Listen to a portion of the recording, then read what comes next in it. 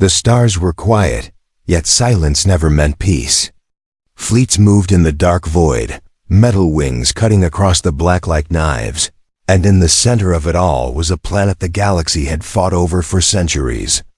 It was not rich in resources. It was not known for beauty.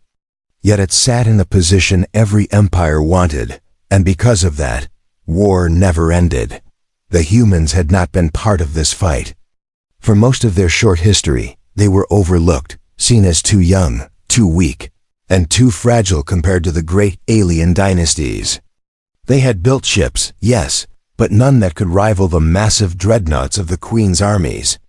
Their soldiers carried courage, but courage alone was not enough against warriors bred for generations in blood, and yet, one human stood where no other dared.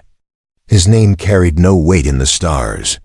He was not a general, not a king, not even a commander. He was just a man chosen by chance, dragged into a world that should have crushed him. But fate had a way of lifting the smallest pieces and placing them on the largest boards. The alien queen ruled her empire with a hand of fire and ice. Her skin was a deep shade of blue, her crown forged from black iron pulled from a dying sun, and her armies moved at her command without hesitation. To cross her was to vanish. To defy her was to invite death. She was not just feared. She was worshipped, her image painted across banners that stretched from one system to the next. When she looked upon the human, she did not see a threat. She saw a mistake, a curiosity, a fragile creature out of place. And yet, there was a tension in the air, something she could not explain, something her instincts whispered to her was dangerous. He did not bow. He did not tremble. He met her eyes as though she was not a queen but only another life standing before him. The war had come suddenly. Her fleets had crushed resistance on 3 worlds, but the humans had joined late, unexpected, and they fought with a fury she had not predicted. Their weapons were crude but clever, their strategies messy but unpredictable. What they lacked in tradition, they gained in chaos. And in the middle of this storm, the man had risen, not by title, but by choice. He took the hardest paths, walked into battles others fled, and when her forces thought him broken, he stood again. The queen wanted to see him for herself. She ordered him brought to her throne chamber, a hall lit by golden flames and guarded by soldiers in armor of silver and bone. When he entered, there was no armor on him, no crown, no banners. Only a man with sharp eyes, carrying the weight of countless defeats and small victories carved into his skin. She studied him, expecting fear. But instead, he smiled. Not a wide grin, not mockery, but a quiet, steady smile that unsettled her more than any weapon could. It was the smile of someone who had nothing to lose and everything to gain. "Do you know who stands before you?" The queen asked, her voice cutting through the chamber like steel. "I know enough," he answered simply. Her guards bristled at his tone, ready to strike him down, but she raised her hand, stopping them. She leaned forward, her teeth flashing as her anger grew. "You are fragile. You are small. You should not even breathe in this hall without my permission. Why do you stand so boldly?" "Because," he said softly, "you're used to battles you can predict.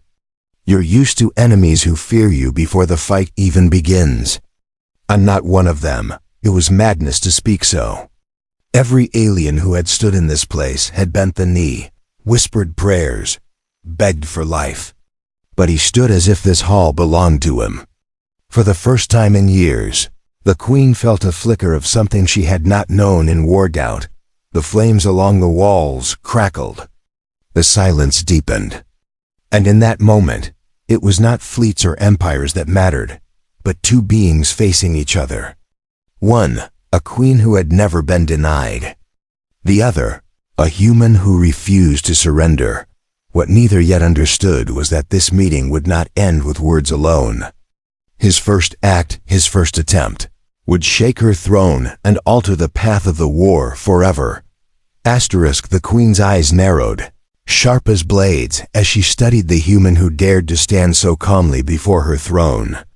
His words had unsettled her, not because they were loud or clever, but because they were steady.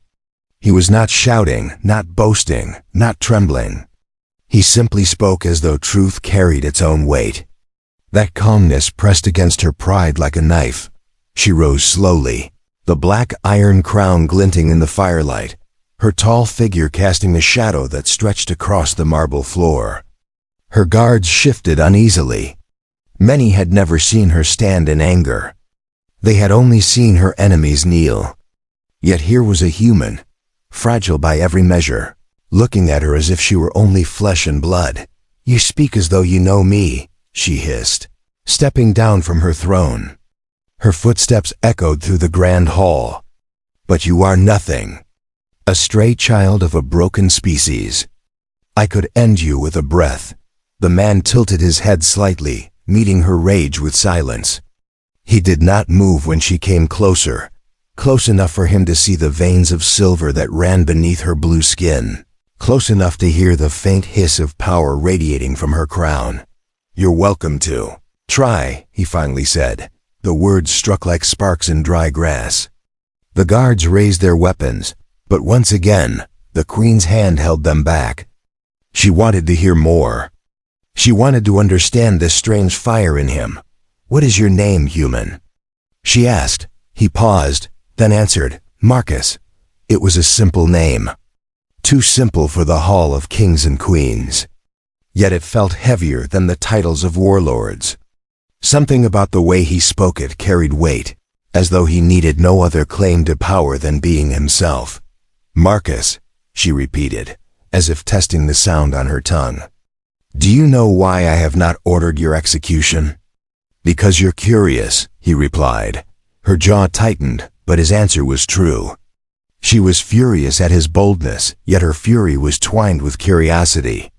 How could a species so young stand against fleets that had crushed empires older than their sun? How could a single man face her wrath without bending?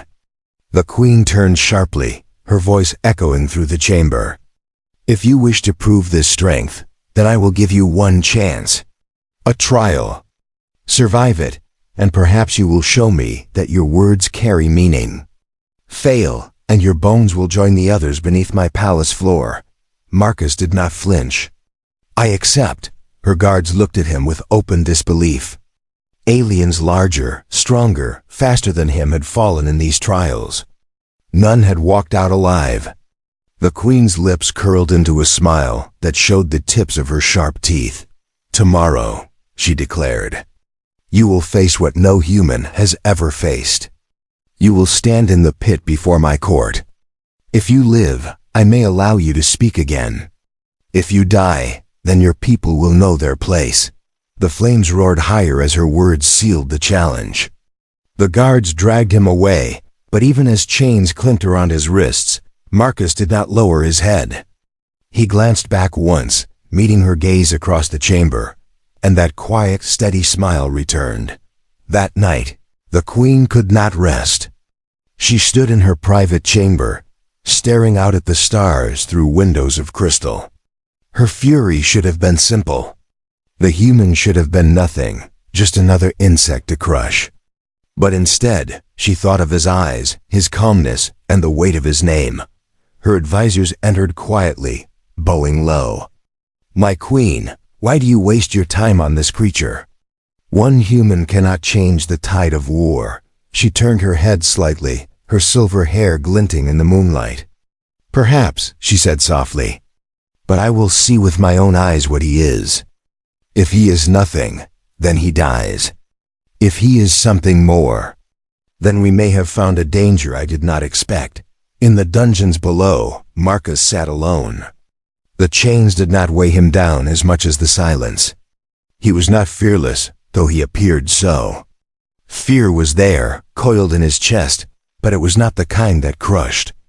It was the kind that sharpened. He thought of the faces of his people, the soldiers who had fallen, the ones who still believed in him even when they should not. He whispered to himself, not a prayer but a promise. "Tomorrow I show them." And above him, in the highest chamber of the palace, the Queen whispered too, though none heard her words. Tomorrow, I will see if you are worthy of my fury." The palace roared with voices the next day. Word of the queen's trial spread like fire through her empire. Every corridor, every balcony, every chamber overflowed with aliens eager to see the human broken. They came not only to witness his death, but to witness their queen's fury displayed. For them, it was entertainment. For Marcus, it was survival. The pit was carved deep beneath the palace floor, a vast arena of black stone lit by burning torches that dripped with green fire. Chains rattled as gates opened on both ends, and warriors in silver armor marched Marcus forward. He walked steadily, his wrists free now, his shoulders bare, his only weapon a simple blade the queen had allowed him. Against what awaited him, it was barely more than a toothpick. From her throne above the arena, the queen sat tall, her crown gleaming. Her eyes followed Marcus as he entered, her expression unreadable. She had expected him to break during the night. She had expected fear to fill his steps this morning. But again, he walked as though the pit belonged to him. A horn sounded. The gates across from him rumbled open. The crowd's cheering turned into a thunderous chant as the beast was unleashed. It was not a warrior, not a soldier, but a creature bred for war. Its body stood 3 times the height of a man, covered in scaled armor that shimmered like steel. Its jaws split wide, lined with fangs longer than daggers. 4 eyes glowed red, and its roar shook the stone walls. Marcus tightened his grip on his blade. He did not step back. The creature lunged forward, claws slashing the air, the ground cracking beneath its weight. Marcus dove aside, rolling across the black stone as dust exploded around him. The crowd howled with laughter and cheers, certain his death was only seconds away, but Marcus did not freeze. He watched. Every movement of the beast, every twitch of muscle, every shift of weight. He had seen predators before on Earth, in jungles, in deserts. This was larger, stronger, deadlier, but it was still a living thing. And living things could bleed. The beast swung its massive tail, smashing the ground where Marcus had stood. He leapt again, close enough this time to slash his blade across the creature's leg. Sparks flew. The cut was shallow, but the roar of pain that followed told him he had found something real beneath the scales. From above, the queen leaned forward. Her sharp eyes narrowed. He was not just running. He was learning. Again and again, the beast lunged. Again and again, Marcus dodged, each time striking where the scales were weakest, under the arms, behind the knees, along the jawline. His blade chipped, his body bled from near misses, but his eyes never lost focus. The crowd's laughter turned to surprise, then to silence, then to disbelief. At last, the creature staggered, with blood dripping in dark rivers across the stone. Marcus stood panting, bruised and cut, but still alive. His grip tightened around the broken hilt of his blade as the beast charged one final time. Desperate and furious, Marcus did not run. He sprinted forward instead. At the last moment, he dropped low, rolling beneath its chest, and with the last of his strength, he drove the blade deep into the soft flesh beneath its throat. The beast's roar ended in a choking gasp. Its body crashed to the ground, shaking the arena with its death. Dust filled the air. Silence fell across the court. When the haze cleared, Marcus stood alone, his chest heaving, his body trembling but still upright. His blade was buried in the beast's throat, his hands red with blood. He looked up, not at the crowd, not at the guards, but at the queen herself. Their eyes met across the pit. For the first time in years, she felt her own heart pound with something other than anger. Admiration? No, not yet. But something close. Something dangerous. The silence shattered into chaos. Half the court roared in anger, demanding the human's death anyway. Others cheered wildly, swept by the sight of the impossible. Her advisors leaned close, whispering quickly, "My queen, this is blasphemy. He should not live. No human should win the trial. The queen raised her hand. The voices died instantly. She rose to her feet, her voice carrying across the pit with thunderous weight. "This human has done what none of you could," she declared. "He has faced the trial and survived. By my law, his life is his own now.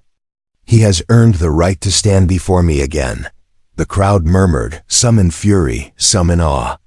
But none dared speak against her decree. Marcus bowed his head slightly, not as submission, but as acknowledgement. His eyes still carried that quiet fire. The queen's hands clenched on the railing of her throne. She had wanted his death. She had expected it. Instead, he stood alive, and something deep within her whispered that his survival was not luck. It was destiny. The pit had fallen silent after the beast's death, but the silence did not last. News spread through the palace like wildfire, carried from one hall to the next until every corner of the empire knew the human had survived. For many, it was an insult to their queen's power. For others, it was a sign, something dangerous and new. The court was divided, but none dared speak louder than whispers. For only the queen's word mattered. Marcus was escorted from the pit, not in chains this time, but with guards flanking him carefully, as if they feared he might strike again. His body ached, wounds burning, blood drying on his skin. Yet his steps remained steady. He did not limp. He did not collapse. He carried himself like a man who had chosen to live when death seemed certain. From her throne chamber, the queen watched his return. She dismissed her advisors with a sharp wave of her hand, unwilling to hear more about laws or traditions. She needed to see him with her own eyes, away from the crowd, away from the noise. When Marcus was brought before her again, the chamber was quiet, the golden flames casting shadows along the high walls. The queen rose slowly, her tall figure glowing in the light, her crown of iron burning like black fire. She studied him closely, her anger cooled, but her curiosity sharpened. "You should not be alive," she said, her voice low, almost like a whisper carried on storm winds. "Yet here I am," Marcus replied, his voice rough but steady. Her eyes narrowed. "Do you know how many warriors, stronger and faster than you, have died in that pit? Do you know how many begged for mercy as the beast tore them apart? And yet, you a human, a fragile creature of flesh and fear. You stood and you killed it." He did not answer right away. He simply met her gaze, letting the silence stretch, until finally he said, "Maybe that's why you fear me." The word struck her harder than any blade. Her fury flared for an instant, but she hid it behind a sharp smile. "Fear you? I am the Queen of Worlds. I do not fear." Marcus tilted his head slightly, the corner of his mouth lifting. "Then why am I still alive?" The question burned inside her. She could have ended him after the trial, broken the law she herself had spoken, crushed his bones to remind all of her power. Yet she hadn't. Something inside her refused. Something she did not understand. She stepped closer, her crown glinting in the light, her silver hair flowing behind her like molten metal. Standing before him, she was taller, stronger, radiant with the weight of her power. But when his eyes met hers, she felt the balance shift. His strength was not in size, not in armor, not in crowns. It was in his will. "You think one victory makes you my equal?" she asked, her voice sharp. "I don't care about being your equal," he said quietly. "I care about surviving. And right now, I think you want me to." Her breath caught for half a second. She turned away quickly, her expression unreadable, and walked back to her throne. The truth in his words gnawed at her. Why did she spare him? Why did she allow him to stand here when she should have erased him? Her advisors re-entered, their voices sharp and anxious. "My queen, this human must not remain. His survival already spreads unrest among the clans. Kill him before he becomes a symbol." She silenced him with a glare. "Enough. He lives by my decree." The advisors bowed, though unease lingered in their eyes. When they left again, Marcus chuckled softly. "You enjoy making them afraid," he said. Her gaze snapped back to him. And for the first time in years, she felt a strange warmth beneath her fury, not anger, not fear, but something that unsettled her more. She crossed her arms, her sharp teeth catching the light. "You are bold for someone standing in my hall." "Boldness is all I have," he replied. Silence fell again. She studied him, and in that silence, a dangerous thought crept into her mind. He was human, yes, fragile by every measure. But he was also different. His spirit carried something her warriors lacked. His defiance lit a fire she had not felt in centuries. That night, long after Marcus was taken to a guarded chamber instead of a cell, the queen lingered alone in her private quarters. The stars stretched endlessly beyond her window, but her thoughts were not with the stars. They were with him. His eyes, his words, his defiance. She hated it. She hungered for it. She whispered to herself, too soft for any guard to hear. One human. And yet he unsettles me more than armies. And as sleep finally came to her, she did not dream of battles, of crowns, or of conquest. She dreamed of him. The days after the trial were unlike anything Marcus expected. He had thought he would be executed or left to rot in chains. Instead, the queen gave him a chamber of his own, guarded heavily, yes, but far better than a cell. Food was brought to him, strange fruits that glowed faintly, meats that carried flavors he had never tasted before, and water drawn from crystal springs beneath the palace. It was not kindness. He knew that. It was something else. Perhaps curiosity. Perhaps a game. Or perhaps the queen herself was trying to understand him the way he had tried to understand the beast in the pit. And so he waited. He healed. He listened to the whispers of guards outside his door. They spoke of unrest spreading in the empire. Some clans demanded his death, calling him an insult to their queen. Others, however, spoke of him with quiet wonder, as though his survival meant something more. Then came the night she visited him. The guards stiffened when she entered, but none dared block her path. The queen swept into his chamber like a storm wrapped in silver, her crown casting dark shadows against the walls. Marcus was seated on the edge of his bed, his arm wrapped in cloth where wounds still burned. He looked up at her, calm as always. "You should be dead," she said, the same words she had spoken before. "You've told me that already," he replied. Her sharp teeth flashed, though not in anger. She circled him slowly, studying him like a hunter circling prey. Yet there was something different in her gaze now, something heavier. "Do you know why I allow you to live?" she asked. He thought for a moment before answering.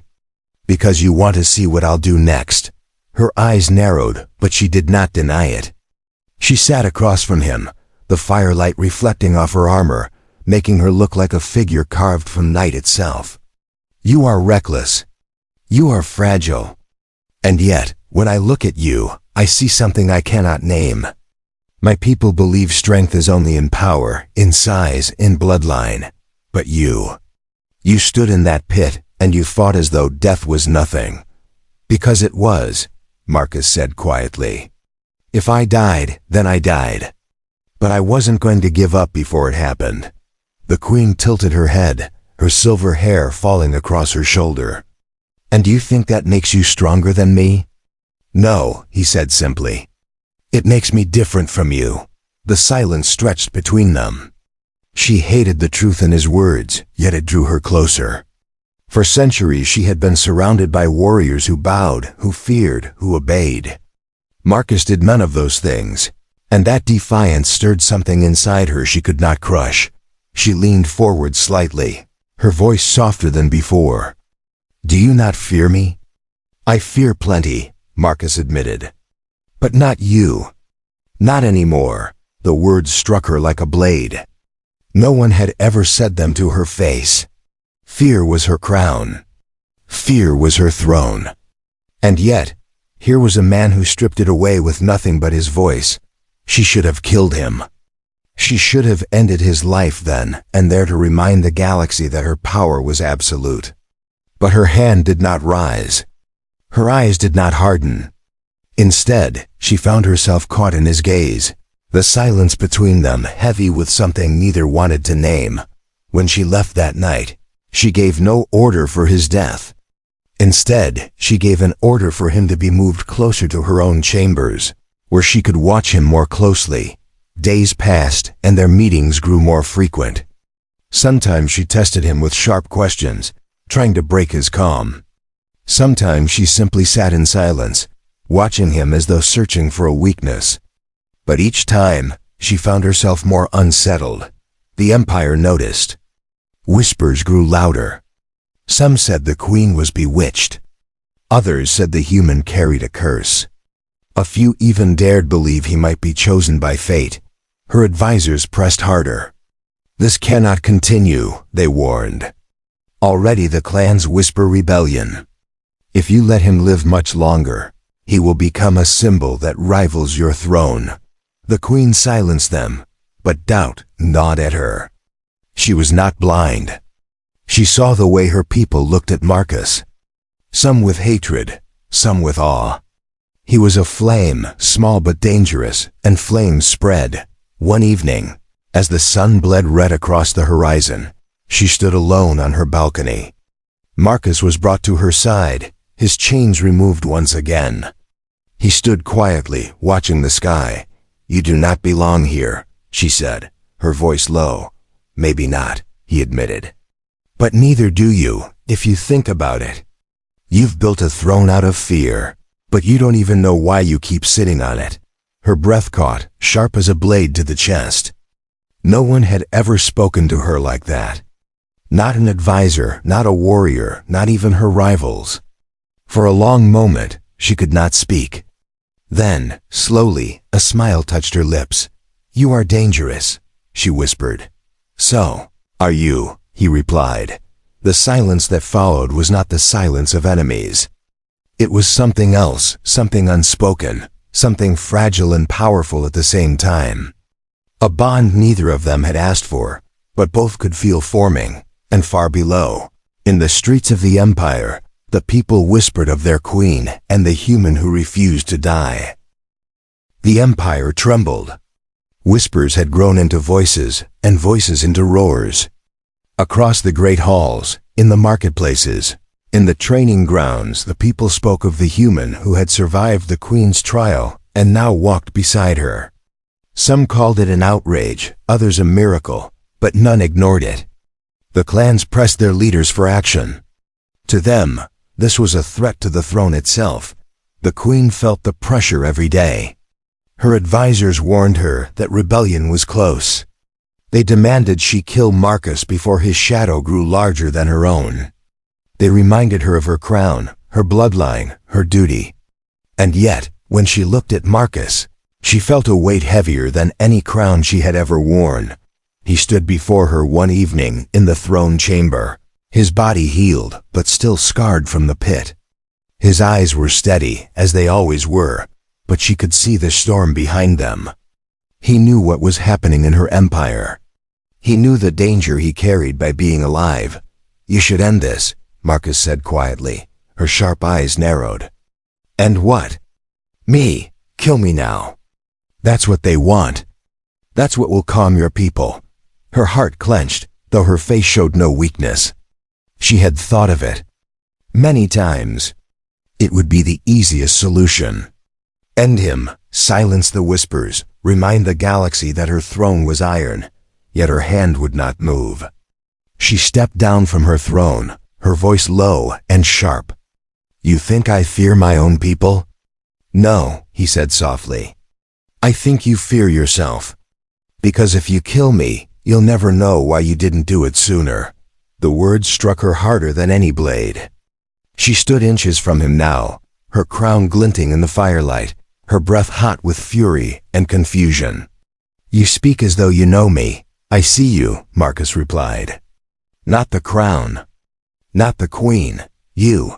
And maybe that's what no one else has ever dared to do." For the first time in centuries, she felt her strength falter. His words pulled at something buried deep within her, something she had long thought lost. She wanted to deny it, to silence him, but her body refused. The chamber doors burst open. Advisors and generals stormed in, their voices shaking with desperation. "My queen, the clans gather outside. They demand the human's death. If you do not kill him tonight, they will rise against you." The queen turned slowly, her tall frame blazing with fury. "Do you order me now?" She hissed, her voice a storm. They fell silent, but one elder dared step forward. "We beg you, my queen. If he lives, the empire falls." Her gaze flicked between them and Marcus. Her empire on one side, the man who defied her on the other. Duty pulled at her like chains. But her heart, a thing she thought had turned to stone long ago, beat with a rhythm that terrified her. Marcus spoke, his voice calm even in the storm. "If killing me saves your throne, then do it. I won't run." The queen's claws flexed. She could end him in a breath. One strike, one command, and it would all be over. The whispers would die. The rebellion would end. Her rule would remain unshaken. And yet, as she looked at him, she realized something. The throne she guarded so fiercely had never given her peace. The crown had never given her meaning. But this human, this fragile man who stood before her without fear, had shown her something her empire could not. Truth. Her voice thundered through the chamber. "Enough." She raised her hand, silencing her advisors. "This human is under my protection. His life is mine to command, and no one in this empire will touch him." The advisors cried out, but her glare burned them into silence. Marcus looked at her, his expression unreadable, but his eyes carried a quiet respect. "You've just declared war on your own people," he said softly. She smiled, sharp and fierce. "Let them come. They will see that my throne is not shaken by fear. They will see that I choose not out of weakness, but out of strength.